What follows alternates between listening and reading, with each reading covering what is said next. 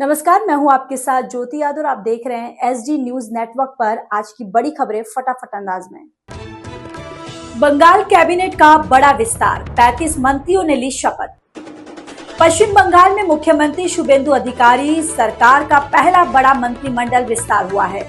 राज्यपाल ने 35 नए मंत्रियों को शपथ दिलाई, जिनमें अर्जुन सिंह और तपस रॉय जैसे बड़े चेहरे शामिल हैं। 13 कैबिनेट मंत्री, 3 स्वतंत्र प्रभार राज्य मंत्री और 19 राज्य मंत्री बनाए गए। इसके साथ ही बंगाल मंत्रिमंडल की कुल संख्या 41 हो गई है। राजनीतिक जानकारी से आगामी चुनाव और संगठनात्मक संतुलन साधने की बड़ी रणनीति मान रहे हैं। अब सबकी नजर नए मंत्रियों के विभागों और सरकार की कार्यशैली पर रहेगी।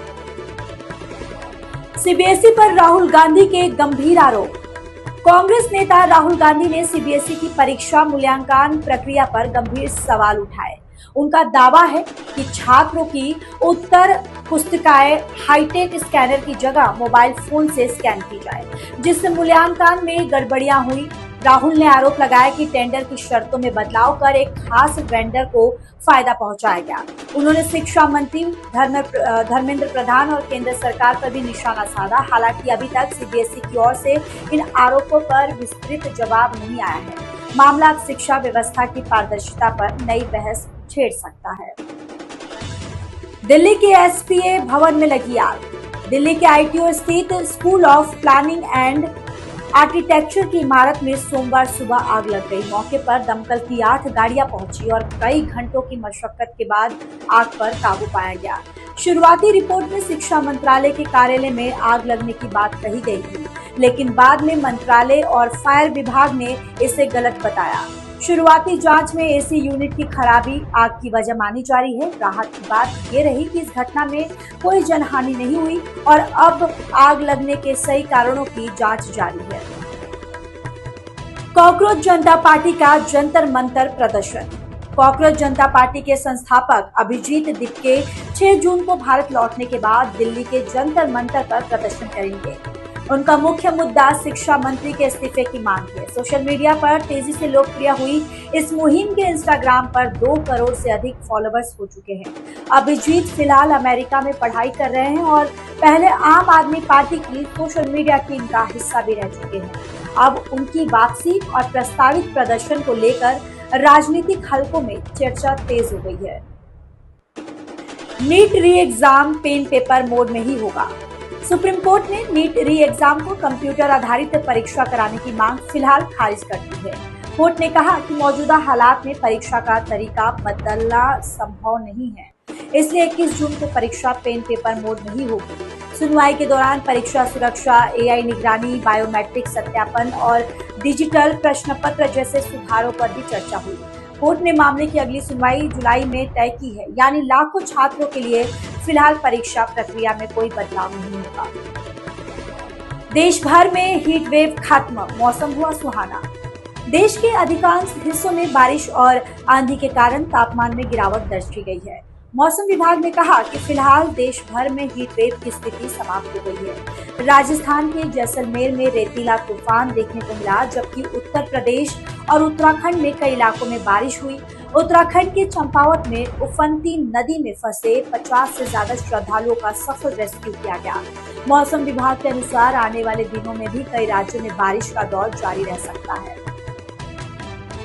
सूर्या हत्याकांड के आरोपी असद के घर पर बुलडोजर की तैयारी।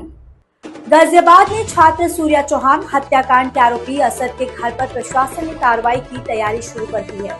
एसडीएम ने मकान पर नोटिस चस्पाकर अवैध कब्जे का जवाब 15 दिनों में देने को कहा। प्रशासन का कहना है कि जमीन पर अवैध कब्जा कर निर्माण किया गया है। वहीं बीजेपी नेता संगीत सोम ने पीड़ित परिवार से मुलाकात कर मदद ली और दोषियों पर कड़ी कार्रवाई की मांग की है। अब इस मामले में प्रशासनिक कार्रवाई और तेज होने के संकेत मिल रहे हैं। योगी का टॉपर सम्मान समारोह में हल्का फुल्का अंदाज। मुख्यमंत्री योगी आदित्यनाथ ने यूपी बोर्ड और अन्य बोर्डों के मेधावी छात्रों को सम्मानित किया। इस दौरान उन्होंने मजाकिया अंदाज में कहा कि शायद अब लड़के घर से ज्यादा झाड़ू पोछा और घरेलू काम कर रहे हैं, इसलिए मेरिट में लड़कियां आगे निकल रही हैं। समारोह में प्रदेश भर के 223 टॉपर्स को मेडल और प्रशस्ति पत्र दिए गए। खास बात यह रही कि छात्रों के साथ उनके माता पिता और शिक्षकों को भी सम्मानित किया गया। कार्यक्रम का संदेश साफ था कि शिक्षा और प्रतिभा को हर स्तर पर प्रोत्साहन दिया जाए। न्याय की मांग में टावर पर चढ़ी रेप पीड़िता। गोंडा में एक रेप पीड़िता अपने 3 साल के बच्चे को पीठ पर बांधकर मोबाइल टावर पर चढ़ गई।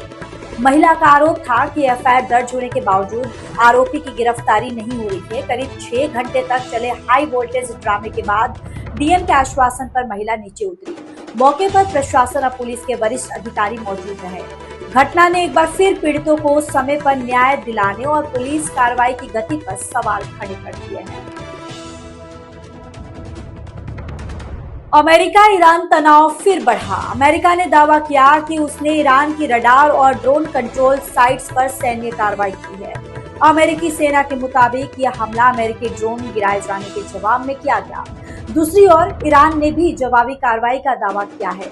इसी बीच कुछ रिपोर्ट्स में ईरानी राष्ट्रपति मसूद पज़ेश्कियान के इस्तीफे की खबरें भी सामने आई हैं। हालांकि इसकी आधिकारिक पुष्टि नहीं हुई है। कुल मिलाकर पश्चिम एशिया में तनाव एक बार फिर बढ़ता दिखाई दे रहा है और दुनिया की नजर इस घटनाक्रम पर टिकी हुई है। इस अंक में फिलहाल इतना ही। अगले अंक में आपसे फिर होगी मुलाकात। तब तक के लिए मुझे दीजिए इजाजत।